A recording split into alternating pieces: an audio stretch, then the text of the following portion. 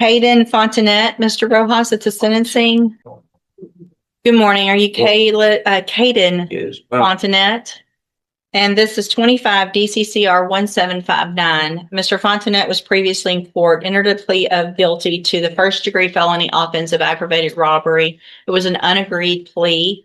I've received the pre-sentence report. Have you both had an opportunity to review that report? We have, Your Honor. The state has, Judge. Are there any additions or corrections to the report? Not from the defense, not from the state, Judge. And Mr.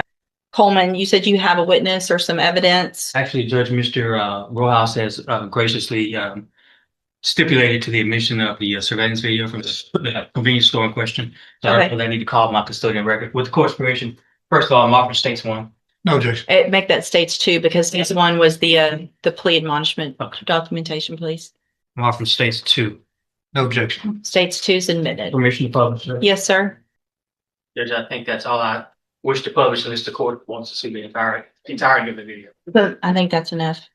Any other evidence or witnesses? So just brief argument if I may. Buckle up. Guys, today we are going to witness a courtroom sentencing that immediately feels serious from the very first moments. The judge confirms that the defendant already pleaded guilty to aggravated robbery, while surveillance footage from convenience store robbery is introduced as evidence. Even before anyone begins arguing for punishment or mercy, the courtroom atmosphere becomes tense because everyone understands a video captured violent actions that could permanently change this young defendant's future and determine whether freedom or decades in prison await him. Any other evidence or witnesses for Mr. Rojas? No, Your Honor, just like. Mr. Rojas, you may make argument part. Thank you, Judge. And obviously, after seeing that video, it makes what we're asking for harder to do. What we're here asking for this morning, Judge, is probation. Mr. Fontanet, he is a young offender. I know the court is tired of hearing the same story over and over again, young guys with guns in here. He's got a limited criminal history. I believe this is his first felony. He's never been on any kind of felony supervision or felony probation. Unfortunately, he's just fallen into the same situation that we see so many other youthful offenders fall into. He's got no direction in life. He's very little support at home. Sees no way out of the situation that he's in, so he goes and decides to rob a store and get some money. Did the wrong thing. And if his story in the PSI is to be believable for what I believe is the right reason, he's trying to help his mom out at home, he's trying to pay some bills, keep the lights on. Certainly, there are better ways to go about doing that. And I hope that the time in jail has taught Mr. Fontanet that.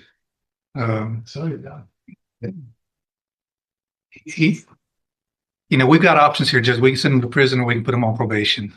Certainly, he's on the road if this conduct continues. He's on the road with prison. I don't know that the day is the best time to make that exit for him. He's got a long life to live. We can send him to prison. He can be there for a few years and come back out. I don't know that he's going to get the help that he really needs in prison. There are programs available on probation that if he's serious about turning his life around, like he says in the PSI, those programs can help him. And if he does take advantage of those, it in turn would make the community a little bit safer, because there'd be one less guy running around with a gun when he does get out of prison, if that were the road that you chose to take. Planning on living at home with his mom. I think he has some younger siblings there. To his benefit, before he was even arrested, he started a GED. I think on the night that this happened, he had just finished a GED class and made a dumb decision to go hang out with these guys that he should not have been hanging out with, and did this robbery.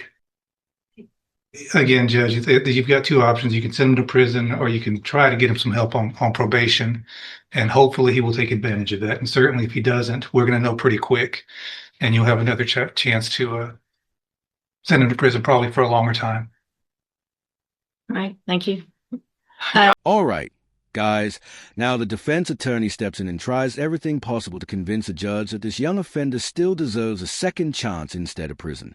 The lawyer argues that the defendant lacked guidance, struggled financially, and got involved with the wrong crowd while trying to help his family at home. He pushes probation as a path toward rehabilitation and change. But after the robbery footage already shown in court, every argument for mercy feels weaker as the judge carefully weighs potential against public safety. What is the status of the other two Are there co-defendants? Have they been charged? They have been charged, Judge, and I have both of their cases, Judge. And they have not been sentenced yet or No, anything Judge. like that? No, Okay. Judge. All right, go ahead, Mr. Coleman. Yeah, I'll be brief. Whether it's the Pine Club Apartments or Rogers Park or a Speedy Mart, you've seen this, and we've seen this in this community all too often. I'm preaching to the choir, Judge. Prayer vigils and advisory committees, all that stuff's fine, but you, Judge, are where the rubber meets the road. You are that person that can protect the community from somebody like this defendant. You are that person that can either let him walk out of this courtroom on probation with a piece of paper with conditions and promises that he won't resort to this kind of violence that you saw on that video, or you can ensure that the community is safe by putting him behind steel bars, concrete wall, and razor wire fence. I'm just asking, I'm not in the habit of begging, but on behalf of this community, I'm begging that you send this defendant to prison. The message that needs to be sent to this defendant and his circle of friends and anybody who would want to be like this defendant is that if you pick up a gun with the intent to commit violence, you're gonna pick up a 15, 20, 25-year prison sentence, Judge.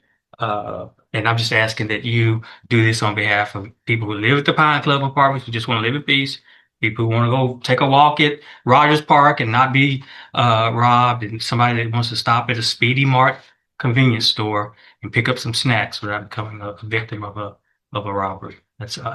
Now the courtroom completely shifts as a prosecutor delivers a powerful argument demanding prison time and warning about the rise of violent crimes in the community. He tells the judge that this is where real accountability begins and argues that probation would only put innocent people at risk again. The prosecutor paints a vivid picture of terrified victims simply trying to live normal lives before crossing paths with armed robbers. Every sentence increases attention because the defendant's future now hangs entirely in the judge's hands. All I have, Judge. Thank you, Mr. Coleman. So, Mr. Fontenette, there was a time some years ago that there really wasn't even a question. State's attorneys were recommending youthful offenders, probation. Let's give everybody an opportunity. And things have just changed in such an incredibly dangerous way with young people doing what I just saw you do on that screen. I cannot imagine the fear that person had that was working in that store, that he now has, just trying to go to work, make a living, and go home. And he has 3 people come in and not just grab a little quick something and run out, but terrorize him for quite some time. Pulling him around, yanking him around, putting guns in his face, all 3 of you.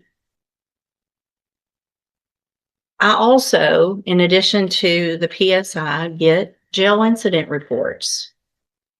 And you apparently like to fight and jump people, which is what's been happening in the jail. So it makes it very difficult for me to go, oh, this is somebody that's going to get out and behave, who can follow the rules, because you can't even follow the rules in jail. And the pre-sentence report shows that you're a high risk level, which tells me that after they've looked at everything, that you don't have, unfortunately, a good likelihood of being successful if I were to put you on probation. And Mr. Coleman's right. We're tired of it. And there's got to be something done. So in cause number 25, DCCR 1759, I'm going to find that you entered your plea of guilty freely and voluntarily. I'm going to find sufficient evidence to find you guilty. And at this time, I'm going to find you guilty of aggravated robbery. I'm going to sentence you to a term of 25 years in the institutional division. Come